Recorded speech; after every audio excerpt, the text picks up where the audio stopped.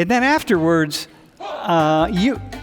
three of you came down and said, like, oh man, like if we're gonna do, can we talk about Puerto Rico? And I've never done a class on Puerto Rico. So there are black Puerto Ricans, there are white Puerto Ricans, there are very indigenous Puerto Ricans, although not very many. There really aren't very many people that have more than 50% Taino DNA, right?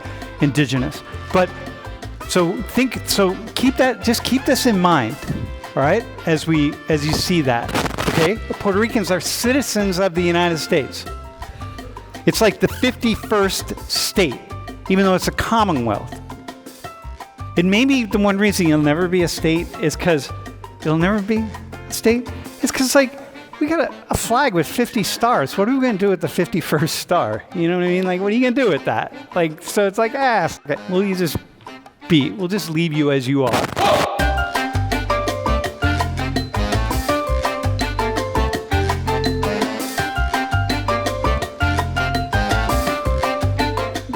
When I think it was the second class of the semester, and we just talked a little bit about, we had one of your classmates who was from Puerto Rico, and we talked a little bit about Puerto Rico. How about Puerto Rican pride? Yeah. What's Puerto Rican pride mean? Proud to be Puerto Rican. I love my culture. Mm-hmm. And is it Puerto Rico? Is it the Ancestry? So I'm thinking about what Noor said, and I'm wondering, what? It's what the island, it's the people, it's the community. Uh-huh. Mm-hmm. So it's the whole thing. The whole thing. And then afterwards,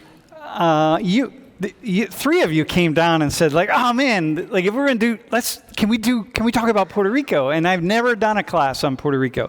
And I've done classes like random countries, Brazil or Nigeria, China, Korea. I did a class once on Mexico, but I've just never done one on Puerto Rico. So we're doing a class today on Puerto Rico. I said this the other day, but I want to make sure that you really get this, that Puerto Rico, by the way, is the second, I think it was on Columbus's second voyage that they landed on the island of Puerto Rico.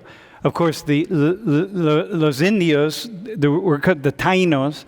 Tainos is kind of the name for the indigenous peoples who populated much of the Caribbean. And there were many different groups of people, but the Taino were the kind of the main group, and are known for a lot of things. But I remember from my anthropology class when I was really young, one thing they were known for is dugout canoes and traveling around the islands.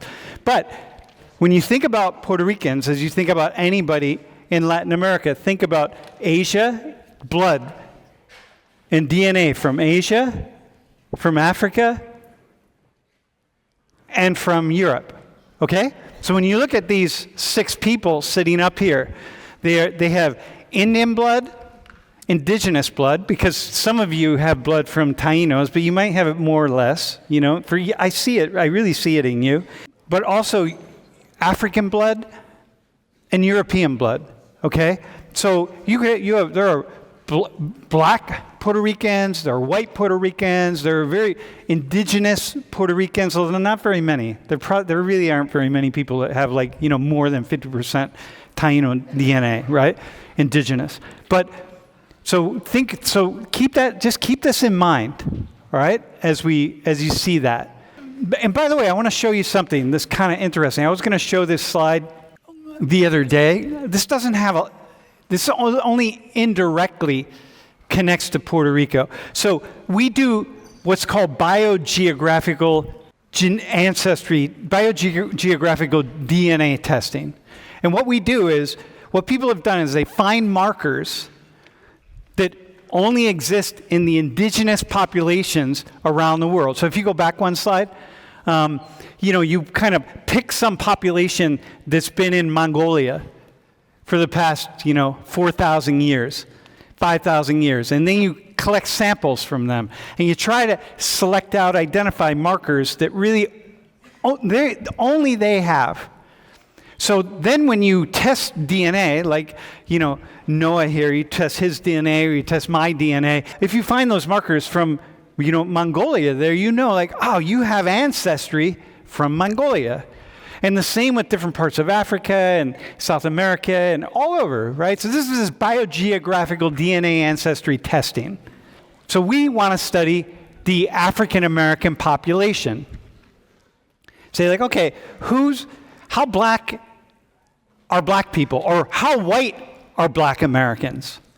And so what you notice is that this is the percent of white ancestry, meaning markers that only Western Europeans have, okay? This is the percent of markers here that black Americans, people who identify as black, on average have. And so you see like, this is the percent of white ancestry. And then notice, see here, it's really low, 3.5. That's because they sampled the Gullah people on the island off of South Carolina, which is where this was like a former slave population that people never left the island. So these are people that have very little white ancestry. But look at what happens when you get down to Louisiana, right? And look at what happens as you go west. It just gets higher and higher. Ultimately, you get up here, 35% of black Americans living up in Washington, the state of Washington. It's like by the time you get up there, there's so much there's so much mixture of DNA. Well, the reason I show this is because a similar thing happens with Puerto Rico. So there's movement back and forth. And so we kind of see that Puerto Ricans on the mainland are going to have more white ancestry than Puerto Ricans in Puerto Rico. And so we see these kinds of things, and it's quite interesting to me. But anyway, go to the next slide. So here's the thing. I'll let you read that. I mean, I meant to do it in separate slides, but it doesn't really matter, right? Puerto Rico it's a very interesting place because it's self-governing. So the United States gained control of Puerto Rico from the Spanish in the Spanish-American War, which was 1890, at the end of the 19th century. So we got Guam, we got the Philippines, and we got Puerto Rico. And I think we paid something like $20 million for the Philippines. But the Spanish, we took as part of the negotiation with Spain. We took Puerto Rico and we took Guam. And so we controlled it. And we largely wanted Puerto Rico because it's a really important strategic location for the United States, militarily speaking. And so we took it. We didn't need another state. And we didn't really want a state, and I think there's probably a lot of racism in that, because why would we want a state where people speak Spanish? It's like people didn't want that. I'm sure there's a lot of that involved in it, right? For me, I think it would be awesome, but I'm sure that was very much, right? So you all, right, on the island, right, you can vote in presidential primaries, but not the election, okay? Puerto Ricans are citizens of the United States. It's like the 51st state, even though it's a commonwealth. And maybe the one reason you'll never be a state is because you'll never be a state. It's because, like, we got a flag with 50 stars. What are we going to do with the 51st star? You know what I mean? Like, what are you going to do with that? Like, so it's like, we'll just leave you as you are. So so there's a governor and a representative in the U.S. House of Representatives who can actually submit laws to Congress, but doesn't have any voting rights. It's called like a resident commissioner. And, paying local and state taxes. And, most or all federal taxes and most income taxes, or do not pay. Most people do not pay federal income taxes, okay? You can pay some, but not a lot, okay? So there's a discrepancy, but it also means that when Puerto Ricans apply for things like Social Security or different kinds of aid or whatever, that you get less. You're going to get less because you put less in, so you're going to get less. So there's a sort of, you could say it's uneven, it's not uneven. So the question is very complicated. What do we do with Puerto Rico? Does it become a state, the 51st state in the United States? Do we maintain it as a commonwealth, is what it is? Should Puerto Rico have its independence? So these are questions that have gone up for referendums from the people of Puerto Rico, and ultimately they don't decide. Nobody decides.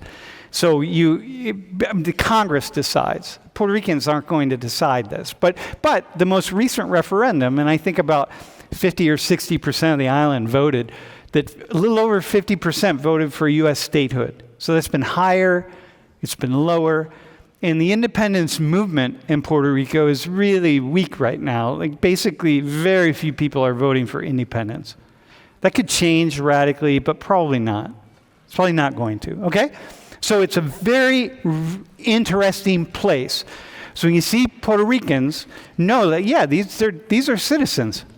Passports, everything. But of course, citizens who, I know stories. I have stories from Puerto Ricans who I know traveling through an airport. You have a U.S. passport from Puerto Rico, but you travel through an airport, and some airport person at TSA doesn't accept it or whatever. There've been like a lot of issues like that. It's like, wait, hang on a minute. What is this?